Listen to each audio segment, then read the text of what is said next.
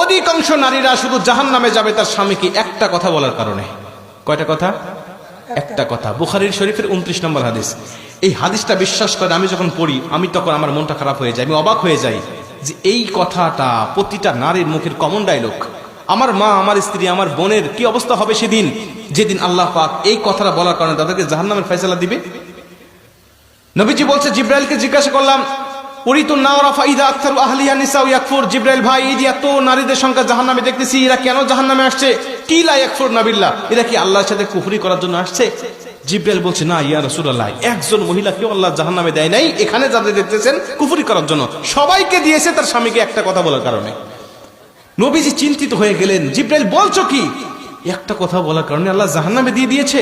বলছে, হ্যাঁ ইয়া রাসূলুল্লাহ, এদের আমল নামায় সওয়াব ছিল পাহাড় পাহাড় সম পরিমাণ।